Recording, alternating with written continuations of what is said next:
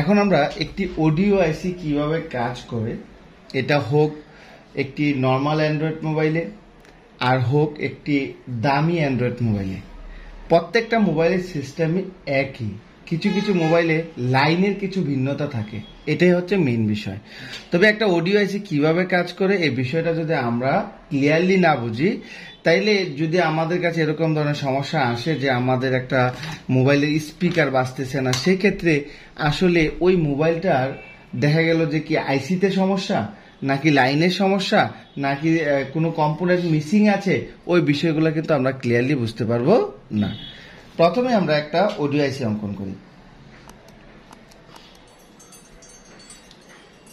বর্তমানে যে মোবাইলগুলো আছে এই মোবাইলগুলোর মধ্যে অডিও আইসি বেশিরভাগই হয়ে থাকে ডিজিটাল, আর ডিজিটাল আইসি গুলো কি হয়ে থাকে, ল্যাগ সিস্টেম হয়ে থাকে, তাই না? ল্যাগ সিস্টেম হয়ে থাকে, অর্থাৎ বল সিস্টেম হয়ে থাকে। আর যেগুলো ল্যাগ সিস্টেম হয় মসফেট, আবার ভিকিউ আছে না? আচ্ছা, দেখেন একটা অডিও আইসিতে ভোল্টেজ ইনপুট হয় ভিপিএইচ লাইন থেকে অথবা ভিভেট লাইন থেকে। ভিপিএইচ সাধারণত আমরা চার্জিং আইসি থেকে যে লাইনটা আউটপুট হয়ে আসে ওটাকে আমরা কি বলি, ভিপিএইচ। বা ব্যাটারি কানেক্টর থেকে কোনো লাইন আসলে সেটাকে আমরা কি বলি, ভিভেট। এটা আমরা সহজে বোঝার জন্য এই কথাটা বলা, ঠিক আছে? বাট ভিপিএইচ ভিভেট বলতে কোনোটাই নেই।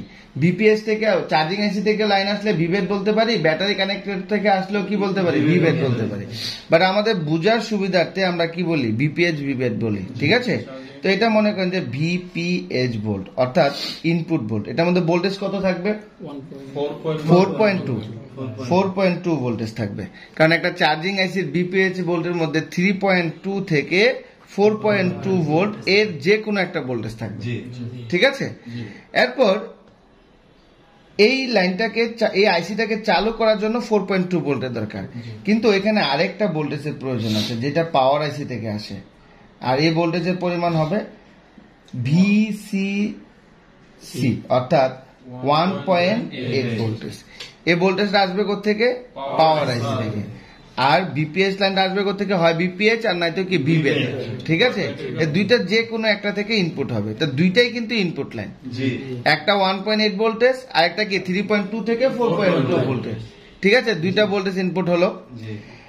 এরপর এখানে দুইটা লাইন আসবে, একটা হচ্ছে এসসিএল, একটা হচ্ছে এসডিএল। এই এসসিএল এসডিএল কি কাজ করে, এসসিএল এরপরে কি এসডিএল, এই দুইটা লাইনই সিগন্যালের কাজ করে থাকে। আর এই দুইটা লাইন যাবে কোথায়, সিপিইউতে। কোথায় যাবে, সিপিইউতে। তাইলে আমরা ভোল্টেজ ইনপুট লাইন পাইলাম দুইটা, একটা হচ্ছে 1.8, একটা হচ্ছে 3.2 থেকে 4.2। আর এখানে এসসিএল এবং এসডিএল যে লাইনটা আছে এটা যাবে কোথায়, সিপিইউতে। কিসের জন্য, সিগন্যালের জন্য। এরপরে এখান থেকে স্পিকারের একটা লাইন আউটপুট হবে, সেটা হচ্ছে পজিটিভ, আর একটা লাইন আউটপুট হবে সেটা হচ্ছে কি নেগেটিভ। এখানে আসেন, এখানে আসার পর এখানে কয়েল থাকবে, বা কিছু কিছু মোবাইলে দেখা যায় কয়েল থাকে না, ফিউজ থাকে। কি থাকে, ফিউজ থাকে। এখান থেকে আউটপুট হওয়ার পর যেখানে ভোল্টেজ লাইন থাকবে ওইখানে ফিল্টারিং করার জন্য কি থাকবে, ক্যাপাসিটর থাকবে। এখানে এই লাইনগুলোকে ডাইরেক্টলি চলে আসবে, এখানে ক্যাপাসিটর থাকতে পারে, কিছু কিছু ক্ষেত্রে দেখা যায় এখানে ডায়োডও থাকতে পারে। কেন, ডায়োড একটা মোবাইলকে প্রোটেকশন দিয়ে থাকে সবচেয়ে বেশি, তাই তো? এখানে যদি অতিরিক্ত কোনো ভোল্টেজ হয় সেক্ষেত্রে ওই ভোল্টেজটাকে রুখে দিবে কে, ডায়োড। কথা ক্লিয়ার? তো এখান থেকে তারপর আউটপুট হয়ে ডাইরেক্টলি কোথায় চলে যাবে, ডাইরেক্ট স্পিকারের লাইনে। স্পিকারের লাইনে এখানে এসে একটা হবে পজিটিভ লাইন, একটা হচ্ছে কি নেগেটিভ। যে কোন এই যে পজিটিভ আর এটা কি নেগেটিভ। এখানে অবশ্যই আরো ক্যাপাসিটর থাকতে পারে, আবার দেখা যায় যে এখানে ছোটখাটো ডায়োডও থাকতে পারে। কেন, ডায়োড কেন দিবে, প্রোটেকশনের জন্য দিবে, যাতে অতিরিক্ত ভোল্টেজ কি না করতে পারে, আসতে না পারে। এখন আসেন, আমাদের কাছে যদি এরকম আসে যে একটা স্পিকার বাজে না, সেক্ষেত্রে আমরা কি করতে পারি? প্রথমে আমরা কুল টেস্টিং করব। কি টেস্টিং, কুল টেস্টিং। একটু লাইটটা দেন, এই লাইটের সুইচটা দেন, হ্যাঁ লাইটটা একটু উপরে দেন। হ্যাঁ, আমরা প্রথমে কুল টেস্টিং করব। যখন মাল্টিমিটারে কুল টেস্টিং করব তখন আমরা মাল্টিমিটার লাইনটা কোথায় রাখবো? ডায়োড রেঞ্জে রাখবো। ডায়োড রেঞ্জে রাখার পর আমরা প্রথমে পজিটিভ লাইনে ধরবো, মান দেখাবে 350 হতে 950। এই নেগেটিভ লাইনেও মান দেখাবে কত? 350 হতে 950। এখন আমরা যদি এরকম মনে করি যে পজিটিভ লাইনটা আইসি থেকে আসবে আর নেগেটিভ লাইনটা আমরা মোবাইল সার্কিটের যে কোনো একটা অংশে দিয়ে দিব, তাহলে কি কাজ হবে? যেমন এখানে এই মোবাইলটার মধ্যে স্পিকারের লাইন এইটা, তাই না? এটাও স্পিকারের লাইন। আমাদের স্পিকারের লাইনটা ঠিক আছে কিনা সেটা কিভাবে বুঝবো? আগে আমরা কানেক্টরটা লাগাইলাম। এখানে আমরা প্রথমে দেখব ডায়োড রেঞ্জে রেখে এই পজিটিভটাকে আমরা গ্রাউন্ডে ধরলাম, ঠিক আছে? এই নেগেটিভ লাইনটাকে আমরা এবার স্পিকারে একটা লাইনে স্পষ্ট করলাম, কত দেখাইলো? দেখা যায়? এই যে আমরা একটা গ্রাউন্ডে ধরলাম, চার্জিং পোর্টটা তো গ্রাউন্ডে, এই গ্রাউন্ডে ধরার পর একবার স্পিকারে এখানে ধরলাম, কত দেখালো? 634। এটাতে ধরলাম, কত দেখালো? 634। তাইলে মানটা 350 হতে 950 মাঝে আছে। দেখেন এখানে এই স্পিকারের মধ্যে কিন্তু এই ডায়োড দেওয়া আছে। কিসের জন্য? প্রোটেকশনের জন্য। ডায়োড থাকতে পারে না, ডায়োড দেওয়া আছে প্রোটেকশনের জন্য। এখন যখন আমি দুইটার মধ্যে মান পাইলাম তখনই আমরা বুঝতে পারলাম কি আমার স্পিকারের লাইনটা কি আছে? ঠিক আছে।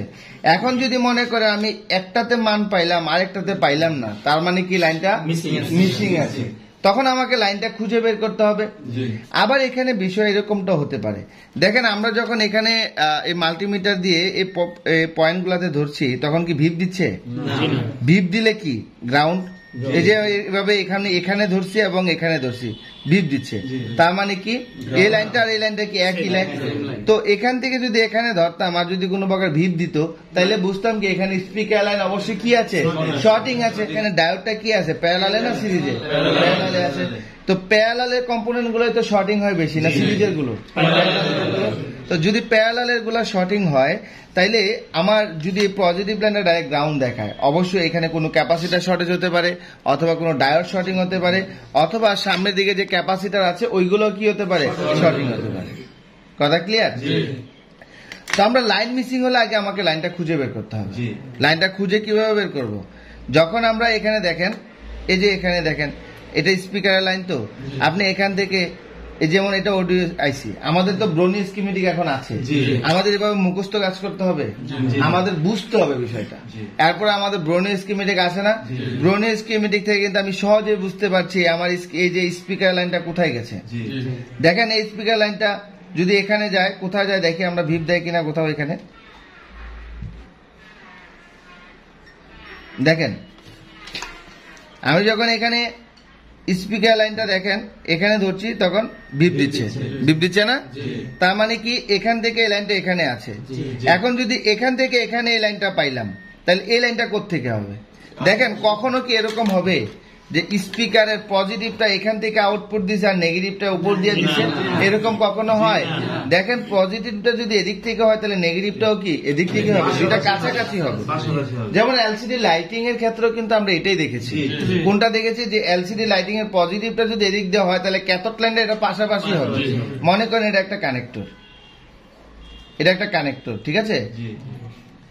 মনে করেন আপনি এখানে এলসিডির বা স্পিকারের পজিটিভটা এই লাইনটা পাইছেন, হয় নেগেটিভটা উপরে হবে অথবা এর পাশেরটা হবে। এখন এলসিডি লাইটিং, মনে করেন এলসিডি লাইটিং এর অ্যানোড লাইনটা এখানে পাইছেন, ক্যাথোড লাইনটা হয় উপরে পাবেন না তো সাইডে পাবেন। কখনো এরকম হবে না অ্যানোড লাইনটা এখানে দিছে ক্যাথোড লাইনটা এখানে দিছে, এমন কখনো হবে?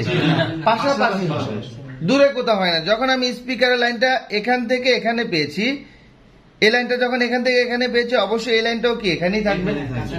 তো এই লাইনটা যেহেতু মিসিং হয়ে গেছে, আপনি এই লাইনটা এখানে পেয়েছেন, এটার পাশে যে ক্লোন লাইনটা আছে ওইটা থেকে কয়েল তার দিয়ে টান দিয়ে দেন। আর যদি স্কিমেটিক থাকে তাহলে তো কোনো কথাই নাই, আপনি দেখতেই পাচ্ছেন কোন লাইনটা মিসিং আছে। যেটা মিসিং আছে ওই লাইনটা কয়েল তার দিয়ে টেনে দেন, জাম্পার করে দেন। কথা ক্লিয়ার? এখন আসেন মান ঠিক আছে, মান ঠিক থাকার পরেও অনেক সময় কি হয় না, স্পিকার বাজে না।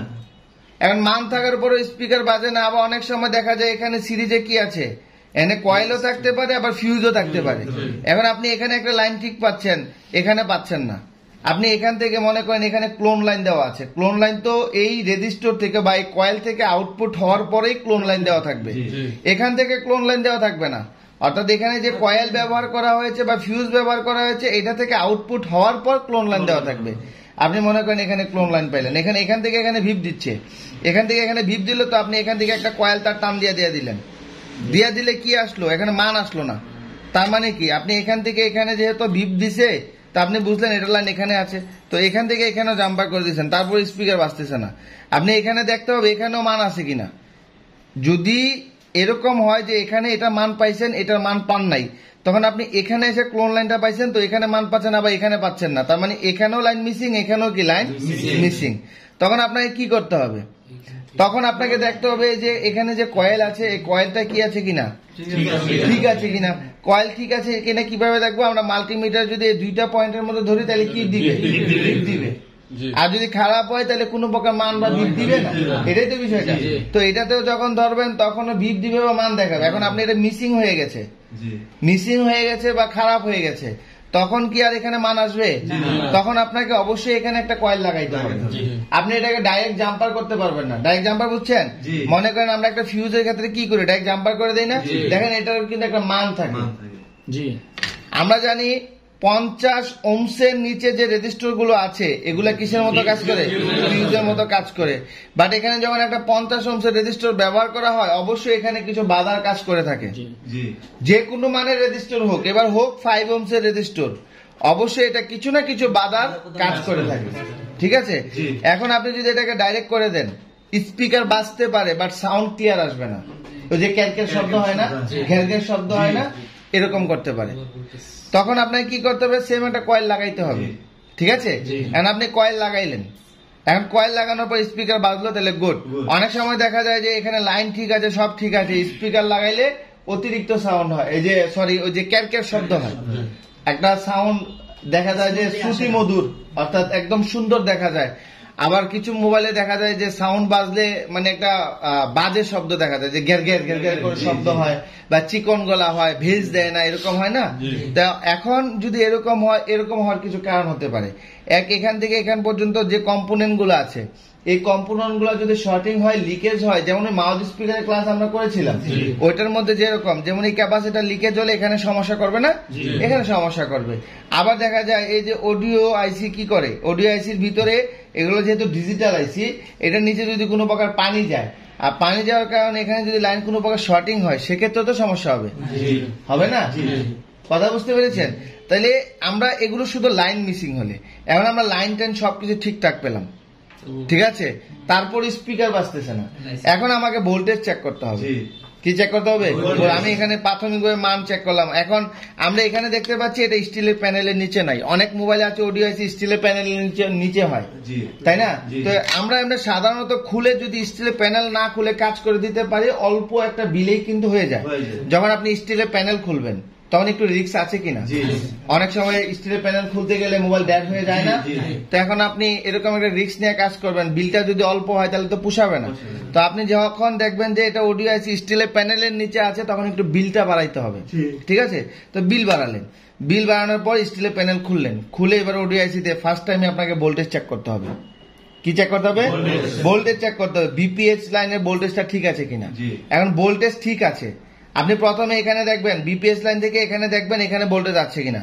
আপনি কিভাবে চেক করবেন? গ্রাউন্ড লাইনে গ্রাউন্ডে ধরেন আর পজিটিভ ব্যান্ডে এখানে ধরেন, মোবাইলটা কি অবস্থায় থাকতে হবে? চালু অবস্থা। চালু অবস্থা থাকলে আপনি যদি এখানে ভোল্টেজ পান, এখানে না পান, তাহলে এখানে যে ডাইরেক্ট লাইনে যে ভোল্টেজটা ঢুকছে তার মানে এই লাইনটা ঠিক আছে। এখানে যদি না পান তার মানে কয়েলটা কি আছে, কয়েলটা যদি খারাপ হয় তাহলে এখানে ভোল্টেজ ইনপুট হবে, সেক্ষেত্রে আপনি কয়েল পরিবর্তন করেন, ঠিক আছে? এখন আপনি এখানেও ভোল্টেজ পাচ্ছেন, এখানেও ভোল্টেজ পাচ্ছেন, তার মানে কি লাইন ঠিক আছে, ওকে। এখানে যখন লাইন ঠিক আছে তখন আপনাকে চেক করতে হবে বিসিসি লাইন, অর্থাৎ 1.8 লাইন। এই 1.8 লাইনটা কোথেকে আসবে? 1.8 লাইনটা আপনি কিছু কিছু মোবাইলের সিপিইউ থেকেও আসতে পারে, ঠিক আছে? তো 1.8 ভোল্টেজটা আসবে পাওয়ার আইসি থেকে, যেমন এই অ্যাটেনের ক্ষেত্রে এটা পাওয়ার আইসি থেকে আসে। তো আপনি পাওয়ার আইসি থেকে আগে আপনাকে দেখতে হবে এখানে 1.8 ভোল্টেজ আসে কি না, কি অবস্থায়, অফ অবস্থায়, চালু অবস্থায়। কারণ পাওয়ার আইসি চালু হবে তখনই যখন আপনি মোবাইলটাকে চালু করবেন, এখন অফ অবস্থায় যদি ভোল্টেজ পাবেন তাহলে আসবে। আচ্ছা, এখানে আপনি 1.8 ভোল্টেজ পেলেন, তাহলে তো আপনার ভোল্টেজ লাইন ঠিক আছে। এবার আপনি এসসিএল এসডিএল লাইন দেখেন এখানে মান দেখায় কিনা, কারণ কি এই লাইনগুলো যদি মিসিং হয় সিপিইউ থেকে তাহলে মান দেখাবে না। তখন এখানে মানও যখন ঠিক দেখাবে তারপরেও স্পিকার বাজতেছে না, তখনই বুঝতে পারবেন আপনার অডিও আইসি কি আছে, খারাপ আছে। ক্লিয়ার? আপনি ভোল্টেজের লাইন ঠিকঠাক পাইলেন, এসসিএল এসডিএল লাইন ঠিকঠাক পাইলেন, এরপরেও আপনার স্পিকার বাজতেছে না, আউটপুটে আপনি স্পিকার লাইনে মান পাচ্ছেন, সবকিছু হচ্ছে, তারপরে স্পিকার বাজে না, তখনই বুঝতে পারবেন আপনার অডিও আইসি কি আছে, খারাপ আছে। যখন কোনো লাইন মিসিং হয় তাহলে তো আমরা মান পাবো না, তাই না? তখন আমরা বুঝতে পারবো যে আমার ওই স্টিলের প্যানেল খোলার দরকার নেই, খোলার আগেই বুঝতে পারবো এখানে লাইন মিসিং আছে। যখন এখানে মান ঠিকঠাক আছে তারপরেও বাজতেছে না, তখনই বুঝতে পারবেন আপনার কি খারাপ আছে, ক্লিয়ার? তাহলে এবার চলেন প্র্যাকটিক্যাল দেখি আমরা ব্রোনি স্কিমেটিকের মধ্যে।